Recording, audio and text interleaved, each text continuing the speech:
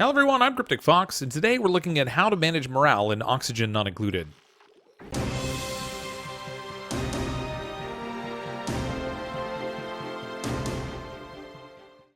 The Expressive Upgrade for Oxygen Not Included made some pretty significant changes to the way that you manage your colony. In particular, it replaced the whole stress management system with a new management that was a blend between managing stress and managing the duplicate morale, and the morale is ultimately what determines what happens with the stress. So it used to be that you could just paint your colony with pictures everywhere, creating a really high decor value, and then your duplicate stress would never really be an issue, and worst comes to worst, you could always just send them over to a massage table and it would take care of it for you and get the stress back down again. But with the introduction of the Expressive Upgrade, they've now introduced this whole concept of morale, where it's more about you need a combination of things in order to keep your duplicate happy, depending on what their particular requirements are for the job position that they're in. At the very start of the game, managing your morale will be a non-issue, because your duplicates don't really have much of a requirement. If you check in the Vitals tab, you can see what the morale requirement is of your duplicates at the time, and how much morale is actually being produced for them. Every duplicate starts off with a morale requirement of 1, but they also get +1 just for being a duplicate. So they automatically meet that score, and you don't have to worry about stress initially. It's really only as you start to progress with your colony a little bit, and you want to move your duplicates in other job positions, that you have to start to pay more attention to morale in order to avoid impacting stress. If a particular duplicate has a morale score that requires a number that's higher than what they're producing, then you'll start to see stress rising in your colony as they have trouble coping with the fact that they're not happy with their situation. Duplicates start their life in your colony with no job. They're at tier 0, they only have a 1 morale requirement, so there's nothing really special required there. As you can see here, we have TRD Taco. His current morale need is only 1. His job morale need is only 1 because he doesn't have a job. And since he's a duplicate, he automatically gets 1. So he's fine, and you don't have to worry about his stress at all. But as you move duplicates up through the tiers of different professions, the requirement for morale gets higher and higher. So initially it doubles up to 2, then 4, then 8, 12, 16, and it ends up maxing out when you get up to the astronaut level at +30.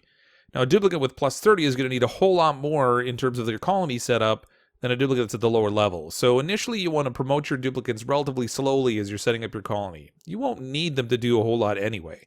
Generally, if you move them up into these tier 1 and tier 2 job positions, you're not going to have too much trouble managing the stress.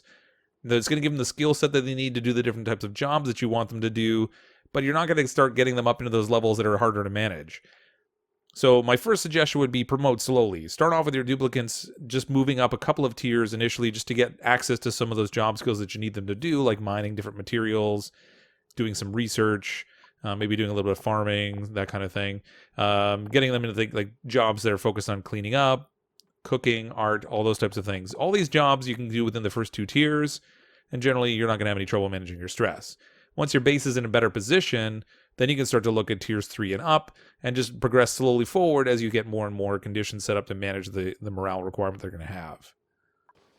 There are a lot of little environmental factors that will influence a duplicate's morale, including things like having low oxygen, if they're grimy, if they've recently been in water, so they've got soggy feet, if they've had a chance to interact with other duplicates, hanging out with the water cooler, or if they're having a little bit of chit-chat as they pass by, what type of bed they're sleeping in, what rooms they have, and that sort of thing. But really, you can group it into a couple of different large factors that you can control.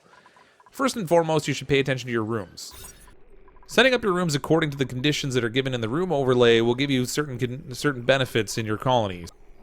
For example, duplicates that eat in a Great Hall, as you can see, will get a +6 effect to their morale.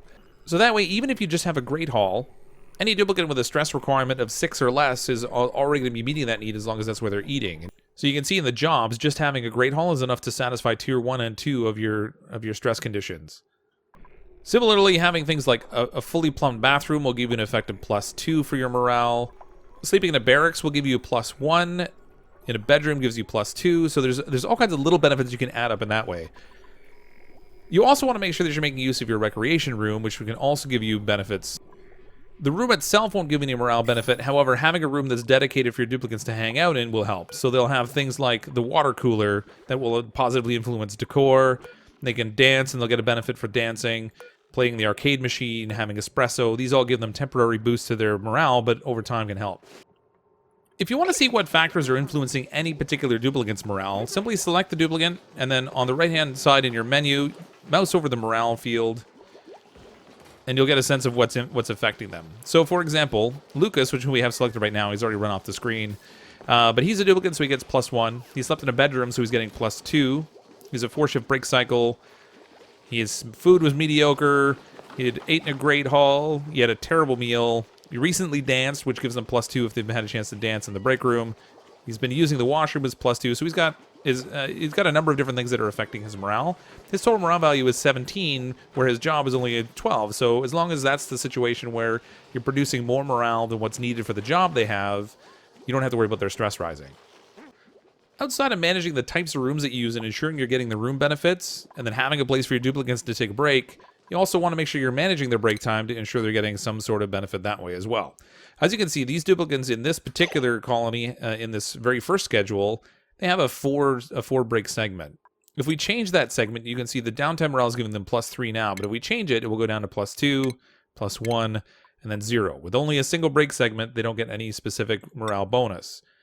But for each segment that you add, they get 1 additional morale effect, up to a maximum +4. Once they get to +4, it doesn't really matter how many segments you have for break time for them. It's never going to get any better. As you can see, Full Nighters actually had an opportunity to play on the arcade cabinet a little bit, so if we choose him, we can take a look at his morale rating. And see that he's got at a 14 where he only has a requirement of 8. Playing a video game for him gave him a +2. That benefit won't last forever, but it does give him a short-term benefit. And if you add enough of those together through different effects, that can certainly help out. Yeah, having a decent meal, having a good break, if you're staying in an area that has decent decor, those will all positively influence his morale as well. The single greatest impact on a duplicate morale when you're trying to get towards the later game and reaching those higher morale requirement levels is the food that the duplicate eats. Depending on what you're feeding them, it could be as much as a -1 morale effect, all the way up to a +16 benefit, depending on the type of food that it is. You can control which duplicates eat which food by choosing the different options in the menu to ensure that you're saving the high-quality food for the duplicates that have a higher morale level. For example, Voltron so far is the only astronaut that we have trained in this particular colony. That carries with it a +30 morale requirement. But we've been able to achieve a morale output for Voltron of 47, which more than meets the requirement here, by eating at a great hall, having a 4-shift break. In this case, we could give them a 5-shift break to get a +1. Sleeping in a bedroom gives +2. They had a superb meal for +16. They recently danced to receive a +2 benefit. They're using a washroom that has plumbing, so that gives them +2. The decor they experienced in the last cycle was charming, which gave them +9. They socialized with some of the duplicants for +1, and they took a shower, giving them another +3. So as you can see, all these effects add together to give them a significant morale boost and can overall give them the score that you need to achieve the role that you're trying to put them in. But the food is a really, really big piece of that. Without the 16 benefit they received off of this, in this case, the duplicate would still actually be achieving it, simply because they've managed to stack together enough other benefits. But some of these other duplicates certainly would not. Rangi, for example, is a space cadet. If we took 16 from the superb meal off a Rangi score, they'd be well below the 25 morale requirement that they have currently. Keeping a good solid supply of oxygen certainly helps with stress management as well. It doesn't necessarily have a direct impact on morale, but it does boost stress effects if they're in a low oxygen environment. So having your duplicates run around outside of the colony without exosuits is going to certainly have some impact on your stress, as well as situations where they might have soggy feet from running around in different environments. If they get sick because they've been exposed to germs, there's kind of a lot of little things to manage. But really when it comes down to handling your morale, if you want to achieve a high score and ensure you keep your stress levels low with your duplicants, there are only a few simple things to manage.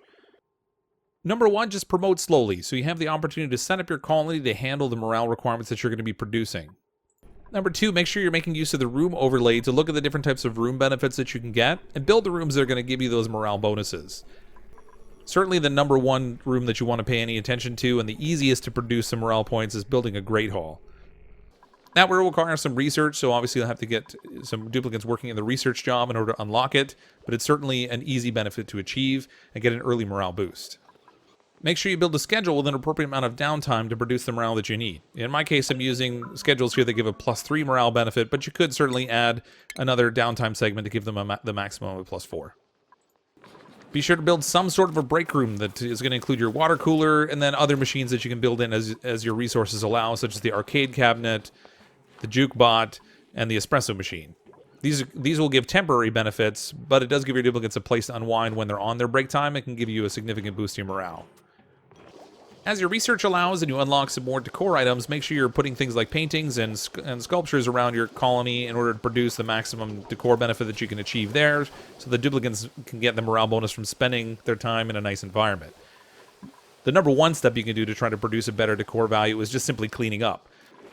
And then most importantly, pay attention to the food. If you can produce those high quality foods, it's a good idea to do so, but just set up your consumables so that you're sharing that food only with the duplicants who actually need the really big morale boost.